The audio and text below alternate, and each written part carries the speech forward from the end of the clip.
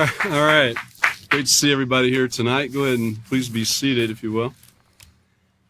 I'd like to welcome all of you here that are at the Peace of Solution headquarters, and like to welcome all of you that are joining us online. Please remember that online you can, if you don't have the books, you can actually download the books and even print if you want to, but you can download the book and follow along as we go. Tonight, we're continuing in the respect unit, and we finished up on page, last class, we finished up on page 193, I believe it was, and we'll be continuing on over to 194 and 195. Let's go back to Lesson Plan 7, page E real quick and look at the procedure that we're on. So last week we started on procedure 9. It says to explain to students that human beings are the dominant and most intelligent species on our planet. And because of this, we have a responsibility to respect our resources and our environment to ensure the survival of all living things. So all other living things have been put under us, so to speak. We are the ones that can decide to take care of things or not. The other animals do what they were designed to do, what they're created to do. They just do it. Unless something gets in their brain and they twist off and go run into a tree and kill themselves or something, or whatever. The thing is that they can't choose to change what's occurring with the environment. They just do what they do. On the other hand, we can. We can choose to be caring and respectful towards all life, human beings, animals, plant life, etc., microbes. Or we can choose not to be respectful of these things. It is all about choices. In fact, if we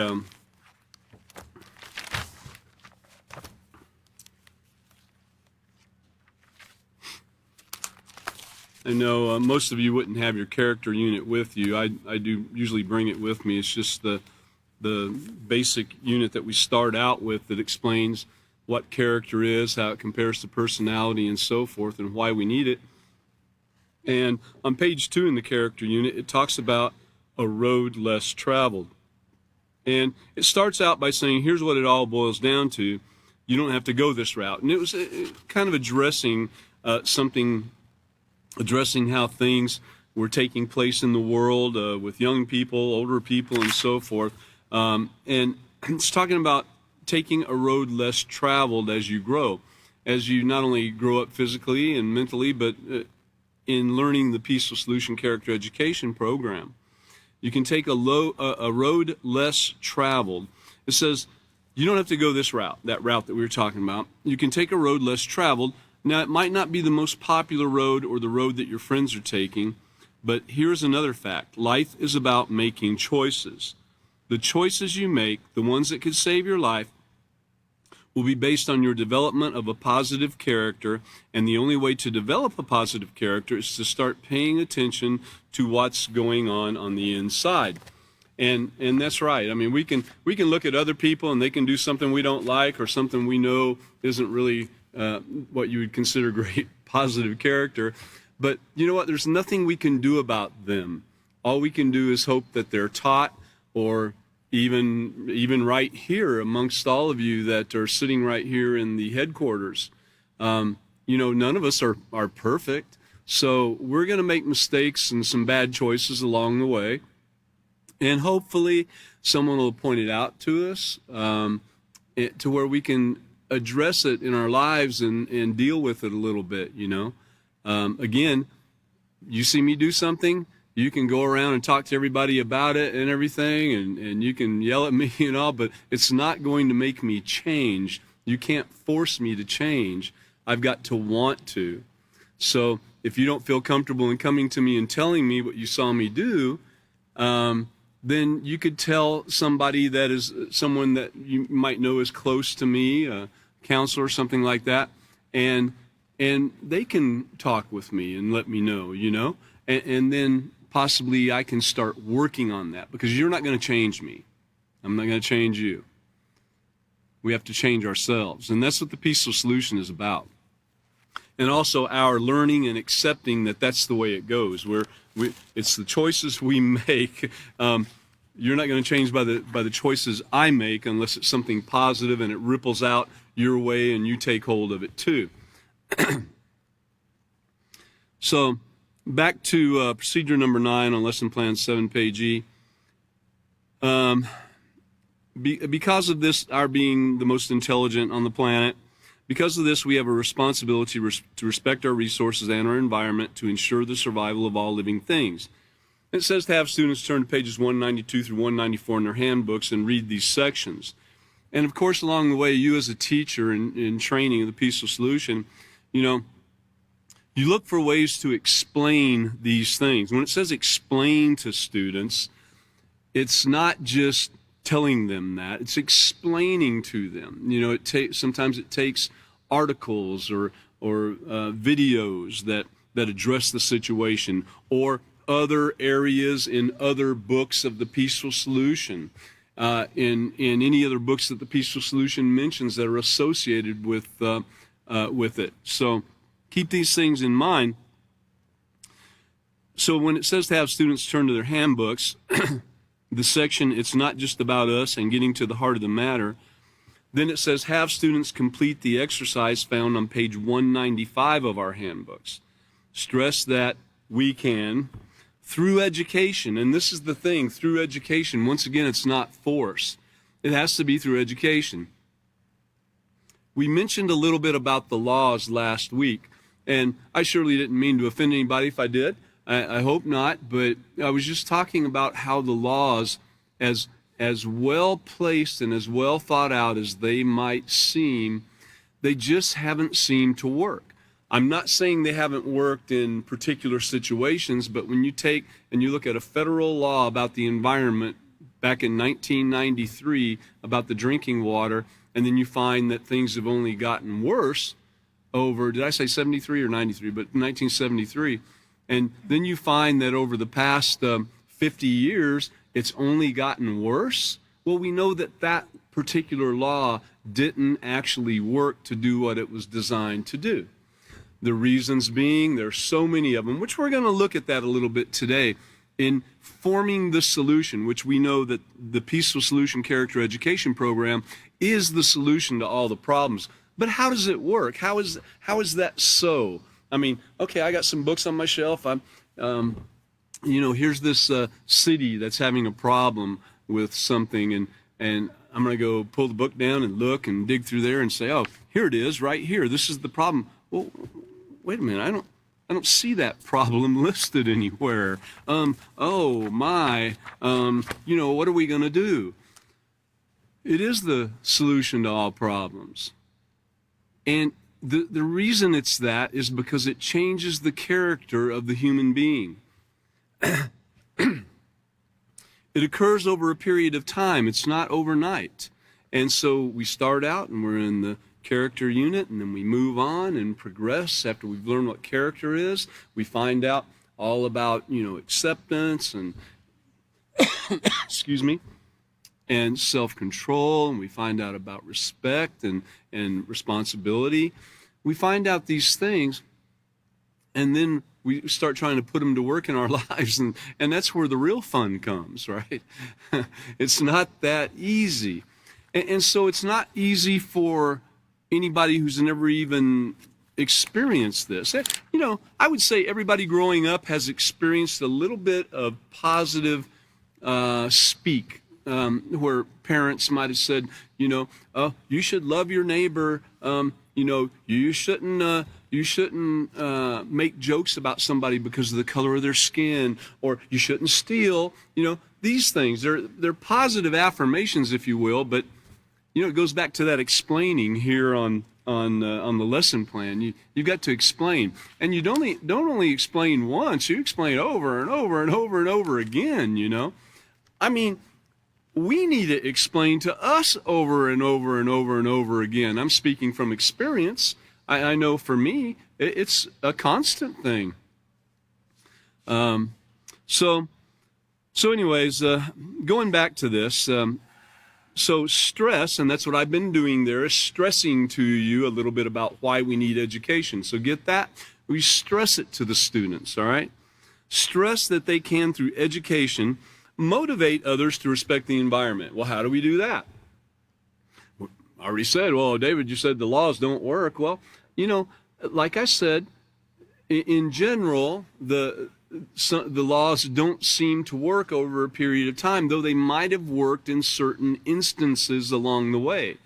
You know, laws are rules, and if there's a set of rules that everybody can agree with and live by, then hey, we're on to something, okay? Ding, ding, ding. But if you get thousands and thousands and thousands of rules that differ from one community to the next, from one county to the next, from one city to the next, from one state to the next, from one country to the next, from one continent to the next, what have you got? You've got chaos. Nobody can live by all of those.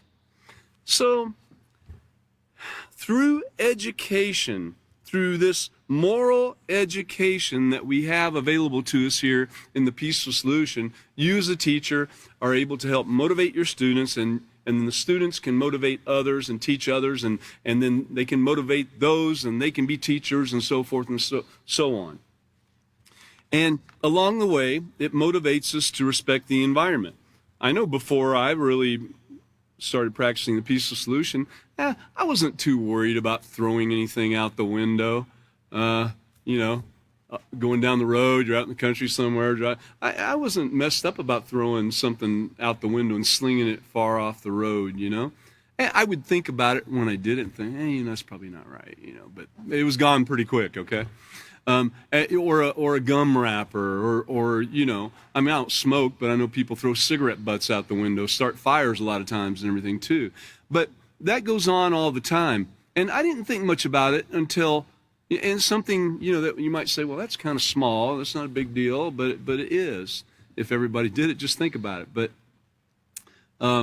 anyways, until the Peaceful Solution came into my life, now, I mean, it's just a strict rule. You know, that's not going down. I'm not throwing any paper or any plastic or any bottle or anything out the window like that.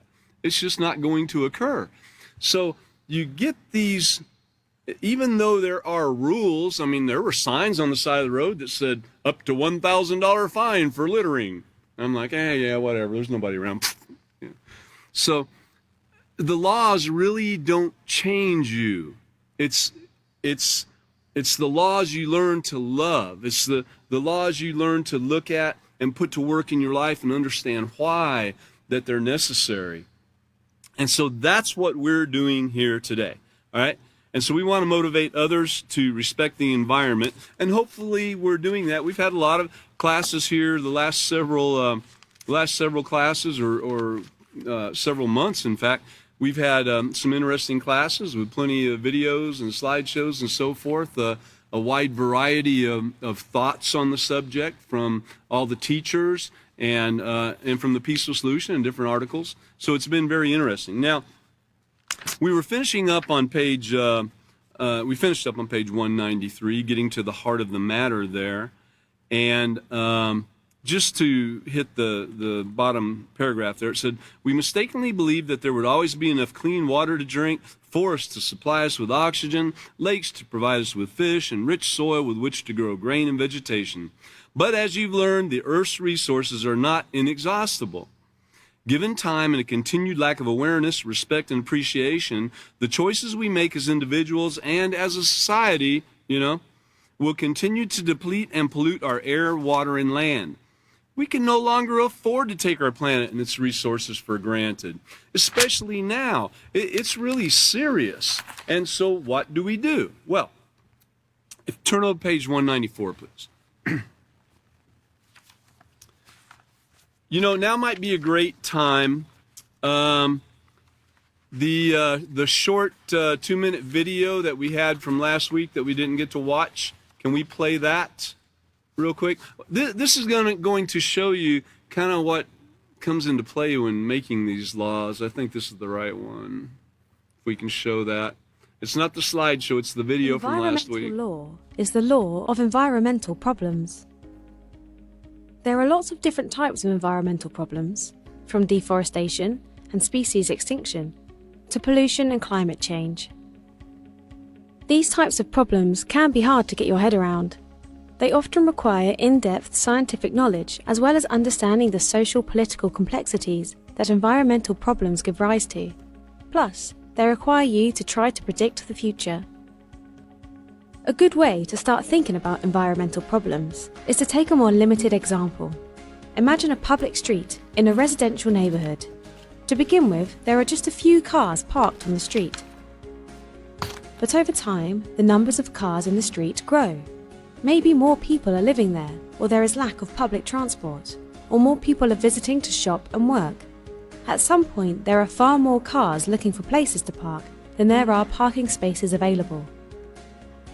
This is what Garrett Harding called a tragedy of the commons, where individuals acting rationally overuse a common resource. Similar types of issues are explored in the fields of economics, psychology, game theory, and areas of environmental law. A widely recognized way of addressing a tragedy of the commons is for a government to introduce regulation. For example, to deal with this specific problem, governments could create laws that limit who is allowed to park and for how long. Other environmental laws do a similar thing. For example, laws are passed to limit the pollution that can be discharged into the air or to restrict how much a natural resource can be used. Environmental laws, though, quickly become complex. They exist at the national and international level. They can take different forms and involve communities managing resources themselves. Most importantly, environmental law must operate in a fair and just way that is consistent with other laws in the legal system. While environmental laws can't work miracles or be a magic wand, it is necessary in any society committed to environmental protection. A first step towards this is to read about the complexities of environmental problems and environmental law. This video was made in collaboration with Elizabeth Fisher, Professor of Environmental Law at Corpus Christi College and the University of Oxford, and author of Environmental Law, A Very Short Introduction.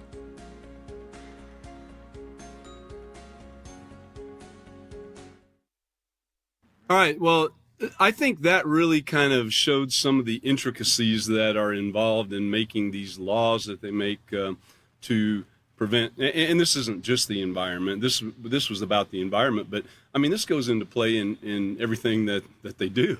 But looking at the environment and those steps along the way that have to come into play. I mean, that video made it look rather simple too. I mean, we're going to talk a little bit about even more of how intricate it is here momentarily. But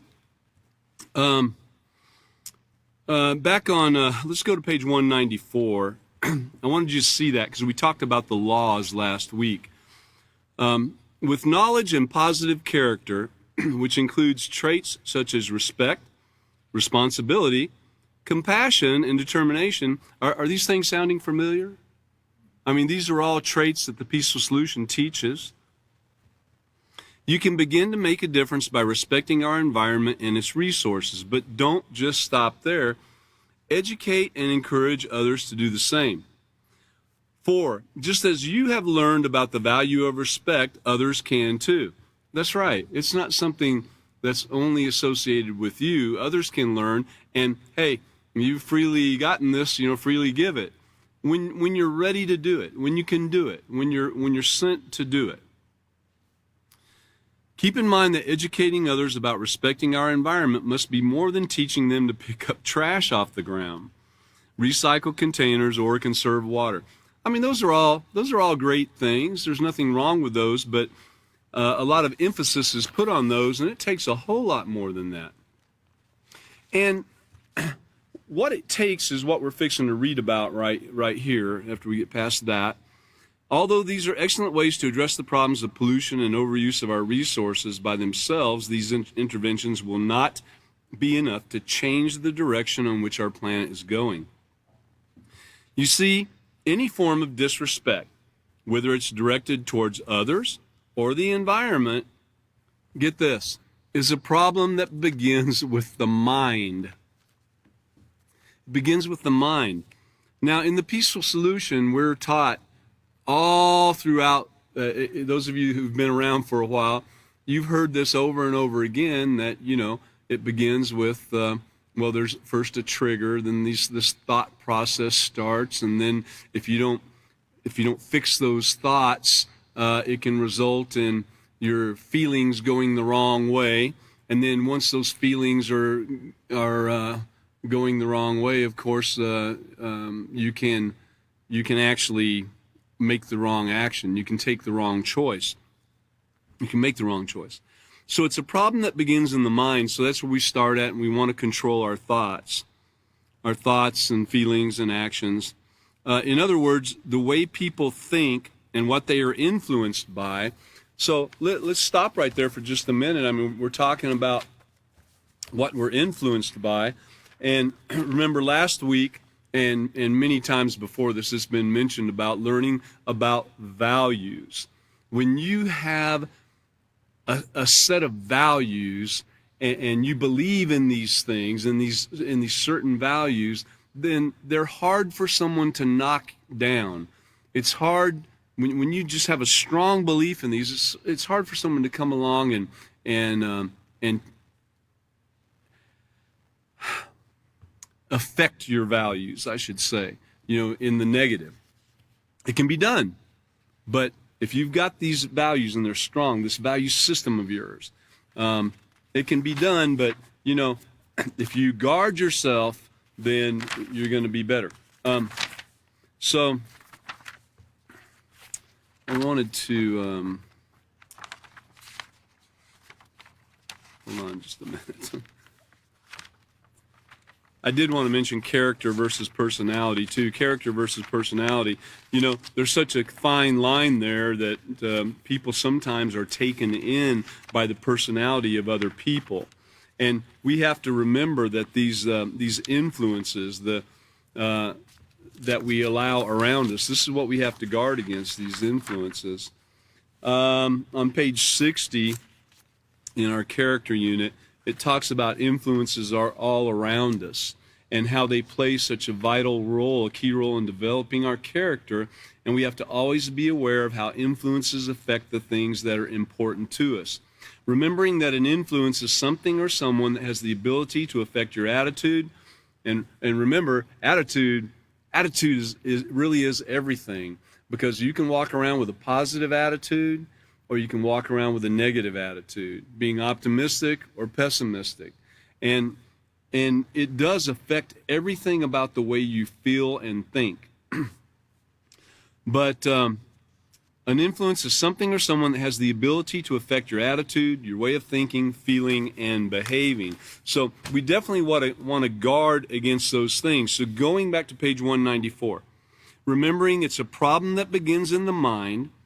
It says, in other words, the way people think and what they're influenced by. Get that? What they're influenced by. We have to be aware of that.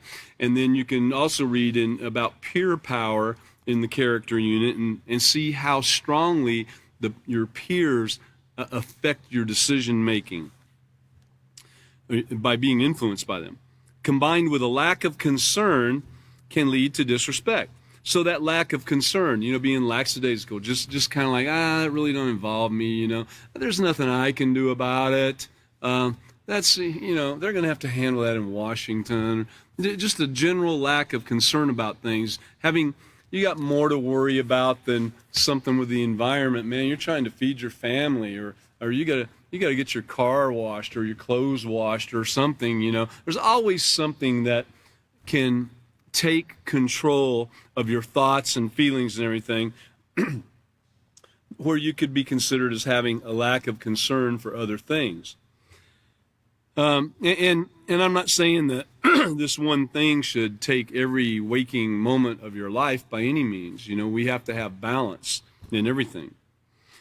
Okay, so when we educate others about respect, which is what we're doing right now, we must be knowledgeable and prepared to explain. So I know myself, along with the other teachers of the Peaceful Solution here, and some of you sitting out here, we've been doing this a long time. 20 years? I mean, We've been doing it a long time. And through that period of time, we've gained knowledge about certain things concerning the peaceful solution and concerning different things going on in society and so forth. And we've gathered a lot of information as far as articles and videos and so forth. I mean, we have libraries of stuff available, okay? But we have to be prepared to explain the full meaning of respect. You know, it's not just that respect is you know, you disrespect me by calling a name and now it's over with. You got to learn to respect me. You know, so don't call me no names. It goes deeper than that. Or you told me you were going to do something and you didn't do it, and you've disrespected me. Well, it goes deeper than that. You know, that's right, but it goes deeper than that. It's not just those things. Then you've got to be able to explain why respect is important and how individuals, society, and the environment suffer when respect is lacking. So knowing the facts will help people to make positive choices about how to respect and care for themselves. I mean, you know, what if you didn't know anything about how to brush your teeth? What if your family never taught you how to brush your teeth or take a bath or anything, you know? How could you care for yourself? So we want to help people to make positive choices about how to respect and care for themselves, others, and the environment. Making a difference by educating others can be as simple as explaining to your parents why using pesticides on the lawn can contaminate drinking water.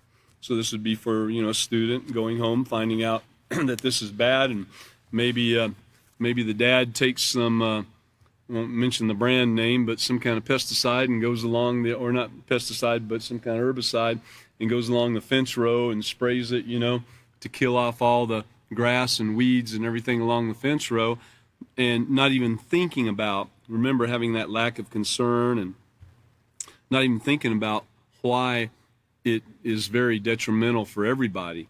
You know, hey, it's advertised on TV, it must be okay. Would the you know, the EPA or the FDA or any of these agencies allow that to be advertised on TV and sold in the local market if it wasn't okay? Come on, man. You know, remember, there's all kinds of laws controlling that stuff, but like I said, okay, you can't force laws on people. You can explain the laws and then why it should be done, and then if people take hold of it or not is one thing.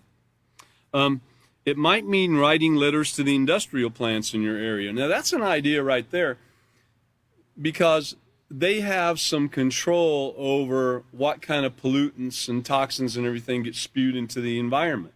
They do have control over it. And they might even be keeping the laws that the EPA and everything has put out there for them. They might not be, you know, but they might be. Yeah, maybe they have an exemption that they don't have to keep that law because they produce a lot of jobs and a lot of money and a lot of tax money. And so they don't have to do it where the guy down the road does. I don't know. But it might mean writing letters to the industrial plants, and maybe you can get through to them. You know, maybe even having a meeting. You might be surprised at what might come up and what concern they might show. I mean, there are people that do run large companies that are actually decent people that are willing to listen to things, you know. Voicing your concerns and reminding them of the need to properly dispose of toxic chemicals. All right, before we go on to page 195, I'm going to share something with you. If we can go to the first slide. Can you go to the first slide?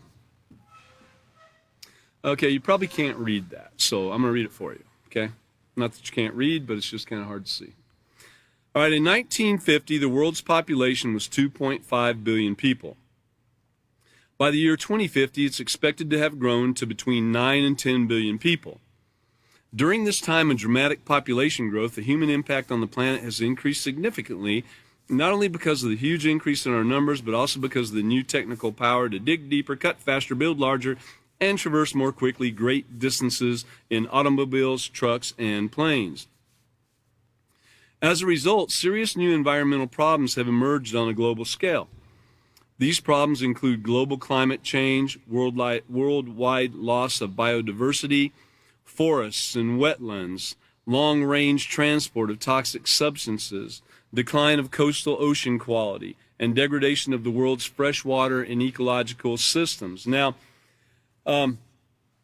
looking back at that for just a minute, there are people that see these problems and they look back and say, you know, if we could have just held that population down to about that 2 billion people or less, somewhere around there, we would be okay now. We wouldn't have all these problems.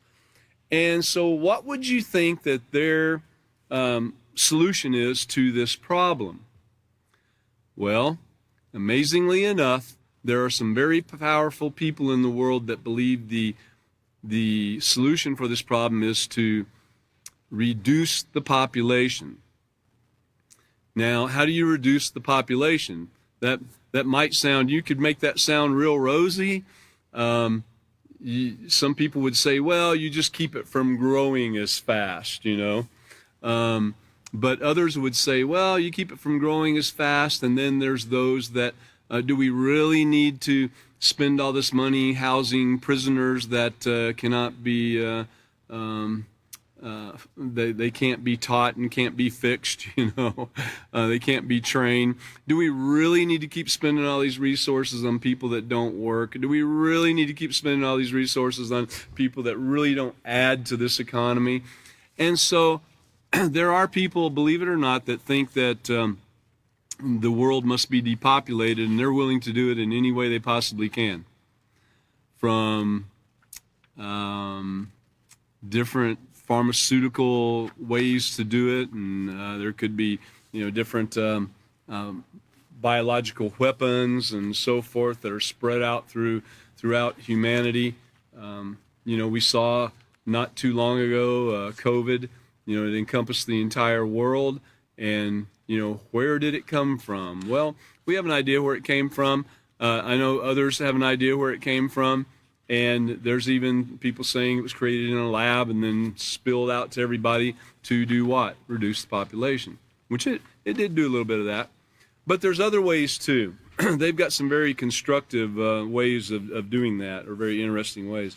Anyway, knowing that some people have one thought about how to take care of this problem, but it doesn't have to be that way. These new threats raise critical new ethical questions for the human race.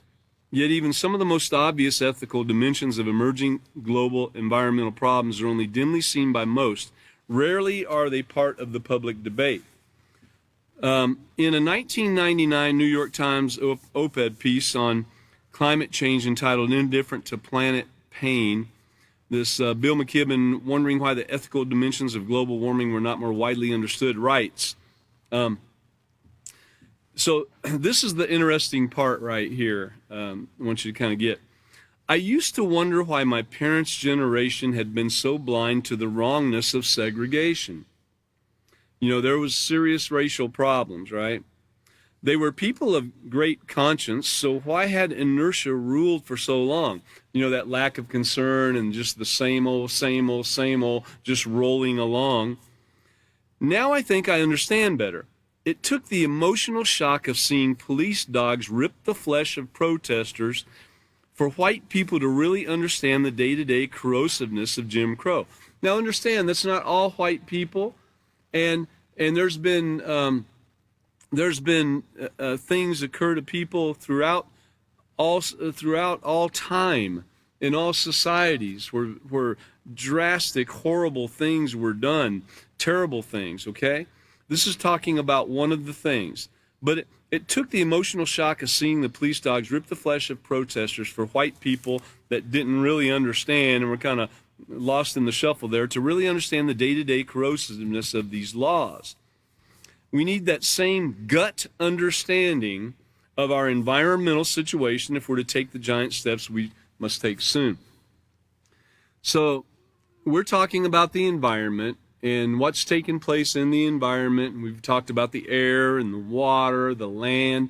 I mean, we've had several weeks, several classes of this taking place. And so we're wrapping it up at this time. And what does it take? I mean, we've talked about a lot of different things, and people learn a little bit here and they learn a little bit there, but it's that lack of concern and, well, I'm going to be dead before that takes place, or oh, it's never going to get that bad. Oh, they're going to make some laws that'll change all this, So we really got to have something that really makes us stop and think about it. Yet there's little evidence that global environmental problems feel urgent to most Americans. They're just not that concerned about it. And there's several reasons why this is so. Well, it goes on to, I'm not going to read the rest of the article or anything, but it goes on to explain why, when it says that why it doesn't feel urgent to most Americans, there's several reasons why. And part of it is because we're so busy with our day-to-day grind, going to work, getting off in time to get the kids and take them to soccer practice or, wherever, to the races or to the skating rink or to the, football practice, whatever, name something, it's there. And it takes up like the rest of the evening. Oh, I got to get dinner fixed and we got to do this and we got to get them ready for school the next day. We got to wash clothes. There's always something. And to us, most of us, here in the United States, it's just a matter of, turning on some fire, whether it be electric or gas, and heating something up or gathering something up and cooking it, or going to the nearest fast food joint or something, which a lot of people do, They don't even have the time to even cook for themselves. So they're not even concerned about their own bodies. So why would they be concerned about the environment? And all these things come into play. There's just so much to do, And but for us, it's easy. Even though we got a lot to do, it's easy because we can just go do those things, throw some clothes in the washer, throw them in the dryer, do this, do that. Well, along the way, there's a lot of people in this world, including here in the United States too, that don't have the benefits of these luxuries. And that's what they are. They're luxuries. They're not needed. That you don't have to have them. It's a luxury. And so a lot of the world can't even go back to the basics. We talk about going back to the basics and learning how to do some of these things again. But a lot of the world, even though they know how to take care of themselves with the basics, they don't even have the resources to do that. They don't have the water. They don't have the air. They don't have the food. They don't have the clothing. It's a total different world out there. So we have this one class here, and we have another class here. And of each one of those classes, there's an upper class.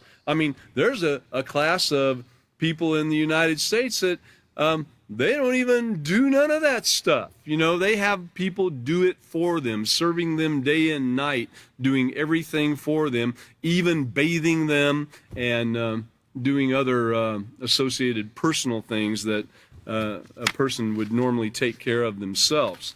So what we're going to do now, we're going to look at the slideshow. Let's go back to the slideshow. I want you to see some pictures. Okay, so here we've got environmental workers clearing thousands, get this, thousands of dead pigs from the Shanghai River. Now, the Shanghai River is pretty large, but thousands of dead pigs floating in the river? Now, how did that occur? Now, were these pigs, were they halfway slaughtered? Were they sick pigs? But what do you think this did to the waterway in itself? This Shanghai River is the water that many rely on for the drinking, washing clothes, bathing, and so forth and so on, okay? Slide number 2. So this tortoise was trapped in plastic. Have you ever seen anything like that? We've seen the pictures of the plastic that are piled up, an island of plastic out in the ocean, right?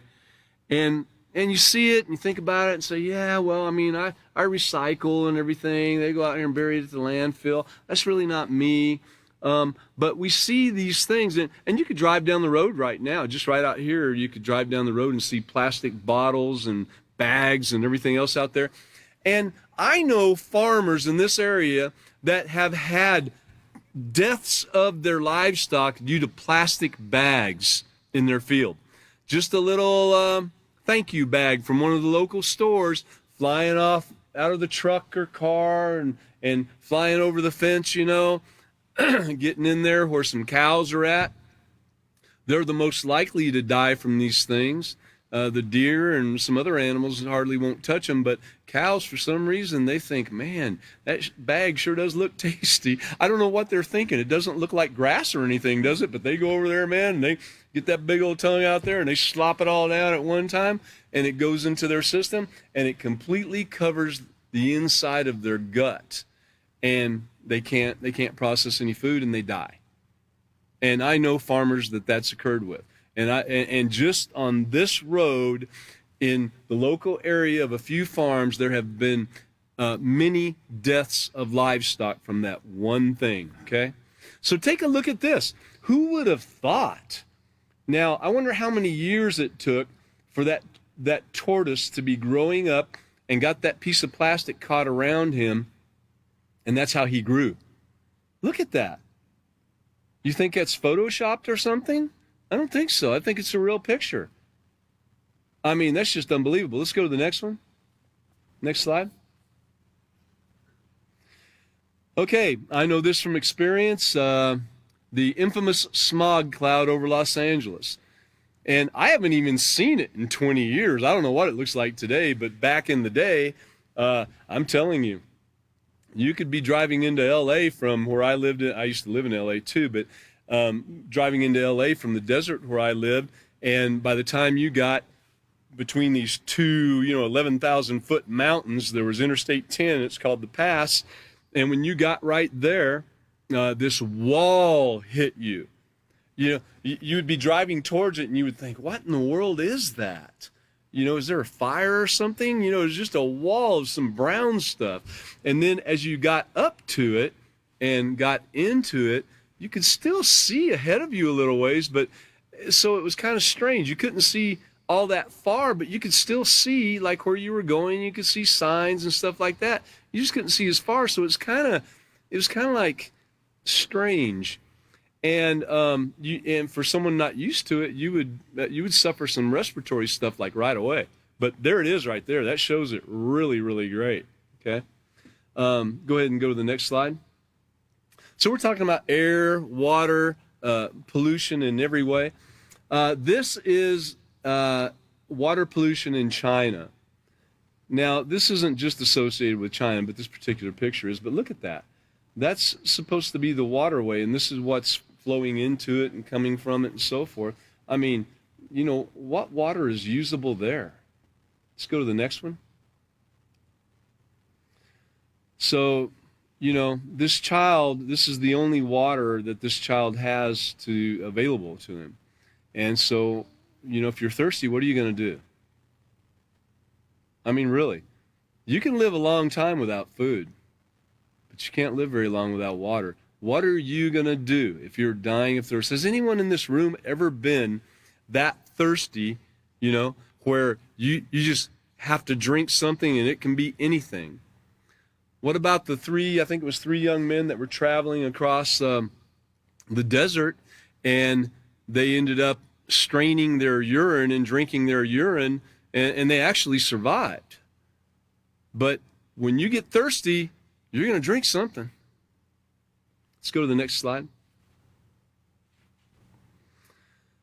Okay, here's a river that has the toxic algae that we've talked about in past classes. It's just completely covered with it. And I remember seeing the runoff. I was on a little float trip on a canoe, and going down a popular river in Arkansas, and there hadn't been big rains and everything, so it was probably a couple feet deep. And I remember as we were coming up to this green neon-looking stuff coming out in the water, and I didn't know what in the world it was, but it looked like that right there, and it was just flowing out off the ground into the water. And I thought, what is that? Well, later on, I found out what it was. It was the runoff from a pig farm, and it ran off into the water, and the resulting death that it brought to the life in the water. I mean, it probably closed everything off just like this, but there's no telling what's in there. Next slide. Look at that. Okay, talking about the plastic and wiring and so forth that gets out there. This looks like some type of, those tarps, the plastic tarps that you can get that have reinforcement with these strands of, I don't know if it's fiberglass or what, but that's kind of what that looks like right there, or it could even be actual wire. But here's another situation where this got caught around the neck of this seal, and it might have tightened over time, and then the seal grew and it grew around it. I mean, you couldn't even get that off now. You'd have to, I mean, it's horrible. Look at it. So there's things that we don't normally see that we're seeing now. This is pretty common in some parts of the world where you see these things. We don't see it so much right here. Okay, next slide. And then, of course, we know that in Nevada and Colorado and California, we have some serious water problems taking place there too. This Lake Shasta, which I've seen this, and of course some of the other lakes that we've talked about in the past, but that water goes way up there, even past where you see the green. The water goes past that normally. And then out in the middle, it's rather deep. And, of course, they've got yachts, not just little boats and everything. They got some pretty nice-sized yachts right there, too. And Lake Shasta, a super beautiful place and very popular with boaters and skiers and so forth and all. But it's at its record low right now. And that's due to, again, the misuse of the waterways, of the water, the pollution, and so forth. Let's go to the next slide. All right, so this is a main source of water for Jakarta in Indonesia. It's the capital city of Indonesia with 14 million people. This is their main source of water. Look at that, would you? I mean, about as far as the eye can see, it's just garbage and trash. Look at it. I mean, that is horrible. So the water supplies are defiled, the air is defiled, the land's defiled, the animals are defiled, everybody's messed up. We're drinking and eating things we're not even aware of. I mean, it's just horrible. And the laws haven't protected us. We've got to do something about this. What are we going to do? Let's go to the next slide. All right, again, you'd find it hard to be able to read this at this time, but environmental problems can be complex and hard to resolve, and the complexity arises because the components of the environment are linked and their interactions might be separated by both time and distance. With the emergence of humans as a significant component of the environment, this complexity that translated, we're growing and we're getting all over the globe here, okay? This complexity has been exacerbated by the sheer scale of human needs and by the social diversity of cultures and values that hampers collaborative action. Okay, so we want to tell the world what to do, and we're living in luxury and telling them do this, do that, and everything, and you got people that doesn't even have clean water to drink, or doesn't even have water to wash their clothes, or if they have any clothes, or to cook with, or anything else, and so these diversity of cultures, it hampers these actions where we can work together. These people want to have some clean water first. Solutions to environmental problems often treat symptoms and stop short of discovering and fixing root causes. Haven't we seen that in everything? I mean, we could take anything in society and point to that. It's only a Band-Aid. It's dealing with the symptoms. It's not dealing with the root cause of the problem. From the medical community to the prisons to, I mean, you could go on and on and on. So when this happens, the symptoms invariably return. For example, ride-hailing services. Everybody's heard of Uber and Lyft and so forth. And it was really thought by those in the think tanks and everything, it was thought that it was going to reduce air pollution by reducing individual ownership of automobiles. Let's get rid of the cars. Don't worry about getting rid of the bombs. Let's get rid of the cars. Don't worry about stopping war. Let's get rid of the cars. So, trying to reduce the ownership of automobiles. It's only a symptom. However, because of the way in which these services are scheduled, studies show that they actually produce more climate risk than individual automobile ownership. How about that? In other words, the solution to the symptom was worse than the original symptom. And, again, I know I'm kind of making fun of it, but really, they're worried about cars producing a little bit of pollution, but they're not worried about the wars taking place around the world with all the toxic waste it's spewing out all over. Come on. All right, well, today's blog introduces a simple but powerful problem-solving technique for finding root causes. It's called Relentless Root Causes. I hope I get through this analysis. We will illustrate its use for environmental problem of concern to the Connecticut River estuary, as well as others.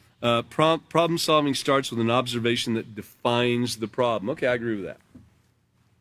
Observation. Our environmental problem originates with the observation that the population, and it's talking about these certain sparrows. So they've taken one aspect of this and kind of focused on it because they can't possibly handle everything at once. So these sparrows, the population is declining. After investigating this phenomenon, Professor Chris Elphick of University of Connecticut discovered that the ground level nests of brooding salt marsh sparrows were being destroyed by sporadic flooding of host marshes. What are we going to do? Okay, now, I believe we ought to save those sparrows too. But what are we going to do? So how are we going to fix this? Well, uncovering the root causes. And be thinking about this, even those of us that are being taught the peaceful solution. We know that moral character is the answer. But, the thing about it is, it's the answer a long time ago. It's the answer now, but it was the answer a long time ago to get to now, too. So we start now, it's going to take a little while to fix the problem. We don't have Band-Aids to put on it. We don't have Band-Aids to fix these problems with. We have to start. See, we do focus on the root cause. We don't focus on putting a Band-Aid on something, okay? When humans are about 2 years old, we manifest the latent curiosity that spawns a string of why questions. You know this, right? Well, why, Daddy? Well, why is the sky blue, Daddy? Well, what makes the sky, Daddy? Right? The whys. You could pick any child that's up to about 3 or 4 years old, and they will bombard you with why questions. It turns out that asking why until the last why cannot be answered further is a powerful problem-solving technique that can lay bare the root of the problem and identify solution options, right? So we've got a chart. It says the next figure demonstrates how this technique works. And notice that the causes in the why boxes often need to be validated for further observation and analysis and so forth, okay? Now, so go to the next slide. There we go. A little flow chart right there. So up at the top, we're observing that the population of salt marsh sparrows is declining. Put anything in that box. We've observed that there's war on this planet. Okay, we've observed that the water supply is shrinking, or pick something, and then, but why? Well, in this case, because their nests are on the ground and it floods sometimes. Okay, well, why? So, because marsh surface elevation can't keep up with flooding from large storms on top of sea level rise. Okay, so you got to have a little bit of knowledge along the way too. Well, why do we have war on the planet? Well, why do we focus on taking care of it this way? Well, why? You follow me? So we go to the next step. So there's a couple answers to the why. Well, because the rate of sea level rise is accelerating. Also, because the frequency of large storms is increasing. Here's more. Why? Because marsh surface is not renewing fast enough from sedimentation. Well, why? Okay, so we go down to the next level. Well, because the world's people have not stopped the human sources of climate change, okay? Why? Because upstream dams have reduced introduction of sediment into the river. What's another why? Because marsh lacks channels for sediment distribution. What's another why? Because rivers flow does not favor sediment transportation and deposition. What's another why? Well, because the Mars migration is blocked by human-placed structures. Okay, so they're going through all these whys. You can drop that now. So you can drop the slide. So we see that this process of asking why, it brings up even more questions, right? More why questions. And it's the same with everything that we do. And so we can take any one of those things, and there's nothing wrong with having a flow chart like that at all. Don't get me wrong. I'm not making fun of that. In fact, I'd like you to see why one group can't make a decision and a law that's going to fix that problem. That one little problem of the salt marsh sparrow, which nobody even cares about or even heard about, and 99.9% or more people in the United States couldn't care less. Right? But that's one problem. And how's it going to get fixed? So they go through the whys, and there it is. One of them is because of the human-built structures and so forth. So we take that and we apply it to different things. Well, so those people that are asking the why questions, there's probably something missing in their asking of those questions and getting the answers, and there's been something missing in the entire thing. And that something missing is having the perfect example of a person that can take that knowledge and process that knowledge and then apply it so that we can get to the root source of the problem instead of the Band-Aid. And, you know, we've been taught by a man who had that ability to do those things. And this program is teaching us to be able to do those things. And so in doing so, we find that, well, we can't possibly answer this and deal with this until we have, you know, some basic moral character in on the overhead there. On the overhead, please. So basic moral character with which we can work with in answering these problems and dealing with them. Basic moral character and accepting that some of the things we won't be able to change right away, but dealing with them, and then using self-control to control ourselves when dealing with the problems and the solution that comes up, and then having that respect for all mankind and all animal life and all plant life and everything, that we can actually make proper decisions that aren't based on how much money is going to be lost by this company because of this, or how this city's growth will not be as large because of this one thing right here. That's not even going to come into play. What's going to come into play is, what can we do to protect life? And you know, this is the bottom line of the peaceful solution, is we want to learn how to conduct ourselves and treat our neighbor, all neighbors, treat them as we would want to be treated. And we would have when we have all this respect built up within us, and we have all this knowledge and the care and concern, and when we have these things, then we're going to really look at it and think about the other guy. We're going to want to be of service to the other person instead of wanting them to be of service to us. But at the same time, each one of us having a job, that makes it in service to one another. Remember that, I don't have it with me right now, but the synergy illustration, you know, how everything starts and comes back around. Anyway, we're running out of time here really fast. So I'd like to thank everybody for being here tonight. We're going to continue on page, I think it was 195 we were on. We're going to, Okay, 195. We're going to continue on that next class. Katan should be teaching the next class. It'll be on Wednesday at 5:30 p.m. And that's 10/25/2023. Okay, so we look forward to you joining us, and hope everyone had a great time and has some knowledge to take with them. Thank you.